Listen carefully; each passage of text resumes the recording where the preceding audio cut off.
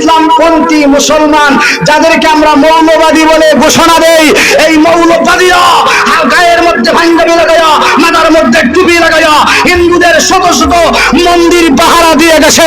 এটা হলো আমার নবীর শিখানো আদর্শ। জুড়ে বলুন ঠিক কি না?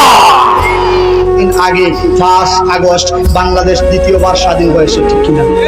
যখন ঠিক কিনা বলে, আমরা যখন দ্বিতীয়বার 5 আগস্ট বাংলাদেশ স্বাধীন করলাম, দেখেন নবীর আদর্শ, নবীর অনুসরণ, নবীর আখলাক মুসলমানদের মধ্যে কতটুকু।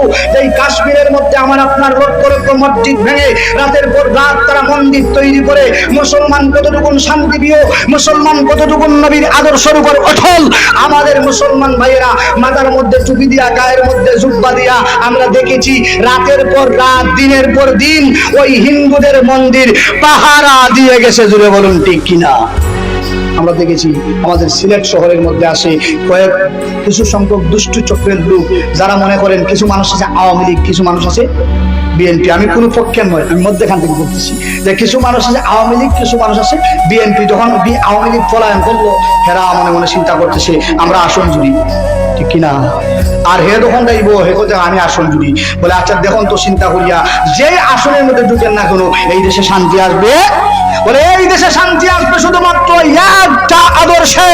এই দেশে শান্তি হবে যখন সংবিধানের মধ্যে বিসমিল্লাহ লেখা আছে, সংবিধানের বিসমিল্লাহকে পরিপূর্ণ মর্যাদা দেওয়া হবে। যখন ঠিক কিনা?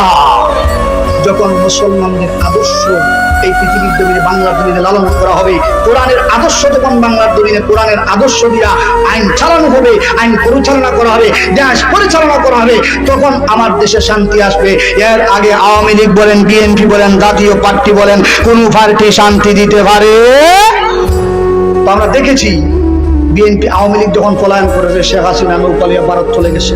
আমরা দেখেছি এই যে বিএনপি আওয়ামী লীগের কিছু বায়ু হইতে হিন্দুদের মন্দির তারা নিজে নিজে আক্রমণ করে বানতেছে, বলে এই দুষ্টা চাপাইয়া দিয়ে বিএনপির কারণ, ঠিক কিনা? আর এই কঠিন সময়ে আমার দেশের ইসলামপন্থী মুসলমান যাদেরকে আমরা মৌলবাদী বলে ঘোষণা দেই, এই মৌলবাদীরা গায়ের মধ্যে পাঞ্জাবি লাগায়া, মাথার মধ্যে টুপি লাগায়া হিন্দুদের শত শত মন্দির পাহারা দিয়ে গেছে। এটা হলো আমার নবীর শিখানো আদর্শ। জুড়ে বলুন ঠিক কি না?